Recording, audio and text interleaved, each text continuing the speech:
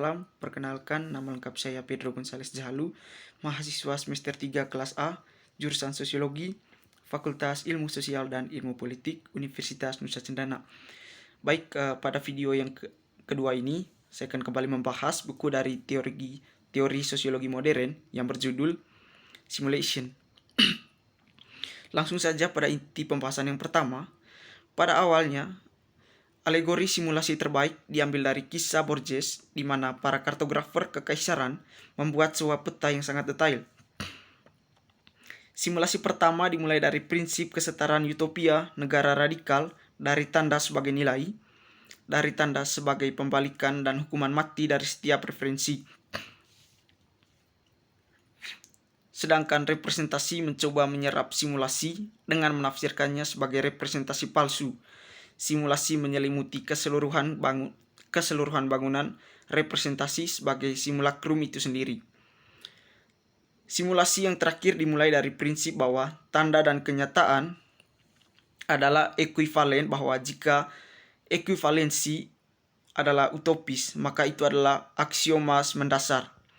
Hal ini menjadi fase berturut-turut yang membuat seminin dari realitas dasar menutupi dan mutarbalikan realitas dasar, menutupi tidak adanya realitas dasar, tidak ada hubungannya dengan realitas apapun.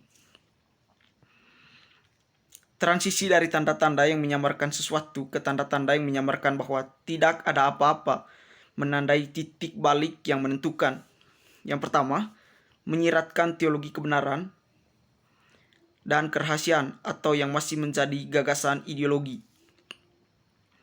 Yang kedua, meresmikan zaman simulakra dan stimulasi, di mana tidak ada lagi Tuhan untuk mengenalinya sendiri, atau penilaian terakhir untuk memisahkan yang benar dari yang salah, yang nyata dari kebangkitan buatannya, karena semuanya sudah mati dan bangkit terlebih dahulu.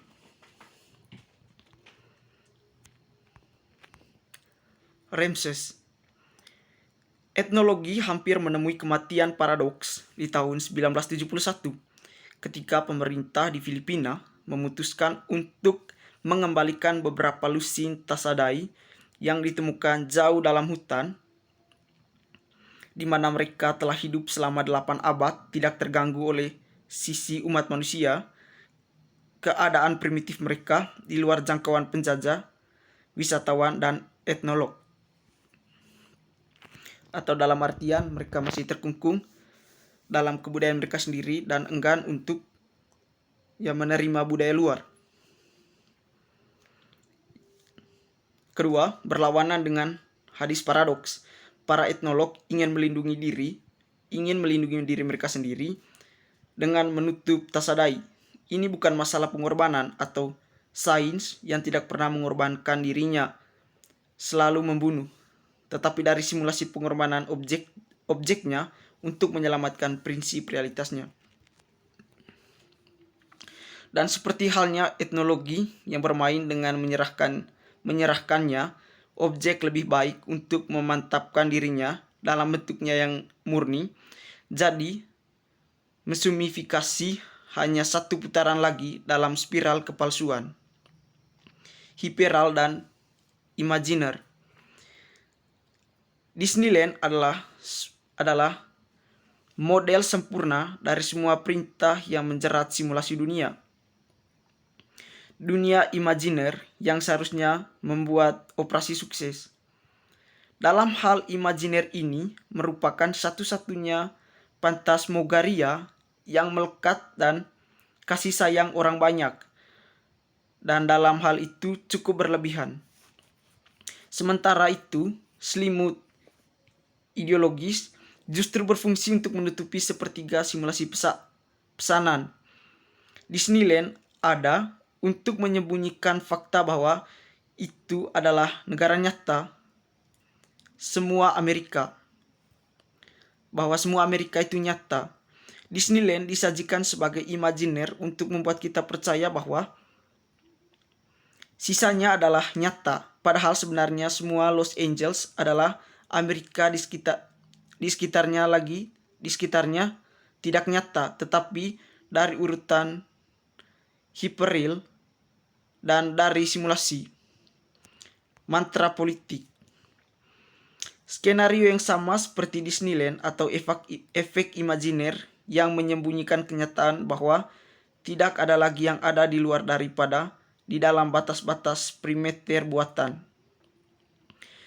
Meskipun hal tersebut adalah efek skandal yang menyembunyikan bahwa tidak ada perbedaan antara fakta dan penolakannya atau identik dengan metode yang digunakan oleh CIA dan Washington Post wartawan.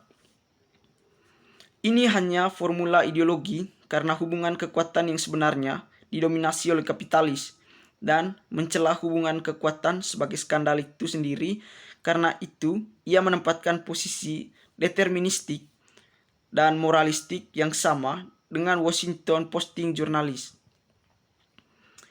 Mereka menghidupkan kembali tatanan moral, tatanan kebenaran di mana kekerasan simbolik ditimbulkan, jauh melampaui semua hubungan kekuatan yang hanya konfigurasi, tak acu-acu, dan pergeseran dalam moral dan kesadaran politik laki-laki.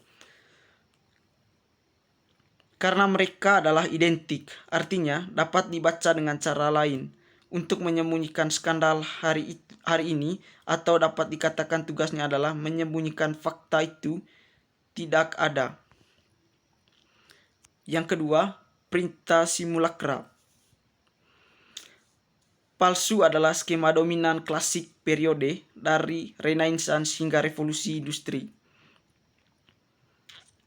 Produksi adalah skema dominan era industri. Simulasi adalah skema yang berkuasa dari fase saat ini yang dikendalikan oleh kode. Urutan pertama simulakrum didasarkan pada hukum alam nilai, bahwa dari urutan kedua pada hukum komersial dari nilai, urutan ketiga pada hukum struktur nilai. Malaikat semen. Penghancuran tatanan feodal oleh tatanan borjuis dan munculnya keterbukaan persaingan pada tingkat tanda-tanda kas. Di dalam masyarakat kasta, feodal atau kuno, tanda-tandanya adalah jumlahnya terbatas dan tidak tersebar luas, berfungsi sebagai larangan, merupakan suatu kewajiban timbal balik antara kasta, klan atau orang, karena tanda-tanda itu sama sekali tidak semenang-menang. Yang ketiga, dalam simulakrum alam adalah tanda modern menemukan nilainya.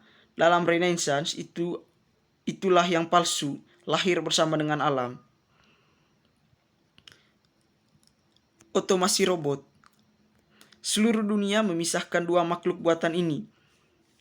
Salah satunya adalah seorang pemalsuan teater, seorang pria mekanik, dan seperti jam, teknik tunduk sepenuhnya pada analogi dan efek dari kemiripan. Simulakrum orde pertama tidak pernah dihapuskan. Perbedaan itu mengandaikan selalu terdeteksi perubahan antara kemiripan dan kenyataan, khususnya permainan halus dengan lukisan trampolin, tetapi seni hidup. Yang kedua, simulakrum orde kedua menyederhanakan masalah dengan penyerapan penampilan atau dengan likuidasi yang nyata. Dan yang ketiga, tidak ada lagi kemiripan atau kurangnya kemiripan dengan Tuhan atau manusia, tetapi logika dekat dari prinsip operasional. Sejak saat itu, manusia dan mesin dapat berkembang biak. Simulakrum industri. Ini adalah generasi baru dari tanda dan objek yang datang dengan revolusi industri. Tanda-tanda tradisi kasta tidak ada yang pernah mengenal ikatan apapun pembatasannya. Tidak lagi harus dipalsukan, karena mereka akan diproduksi sekaligus pada skala raksasa. Masalah keunikan mereka atau asal mereka tidak lagi menjadi masalah. Asal mereka adalah teknik, dan satu-satunya indera yang mereka miliki adalah didimentasi simulakrum industri. Artinya, seri dan bahkan kemungkinan dua atau dari objek identik. Simulasi hiperrealisme mendefinisikan ruang digital medan magnet, dan kode, dan dengan polarisasi, difraksi, gravitasi dari model, dan selalu fluks terkecil kesatuan diskonjuktif atau sel tanya jawab, yaitu seperti atom makna sibernetik. Akhir dari ilusi lama tentang kelegaan, perspektif dari keadaan ruang dan psikologis terikat pada persepsi objek itu adalah seluruh optik.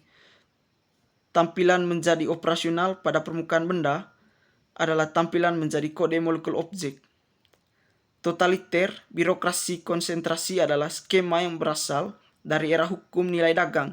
Sistem ekuivalensi memberlakukan bentuk padanan umum, dan oleh karena itu sentralisasi proses global.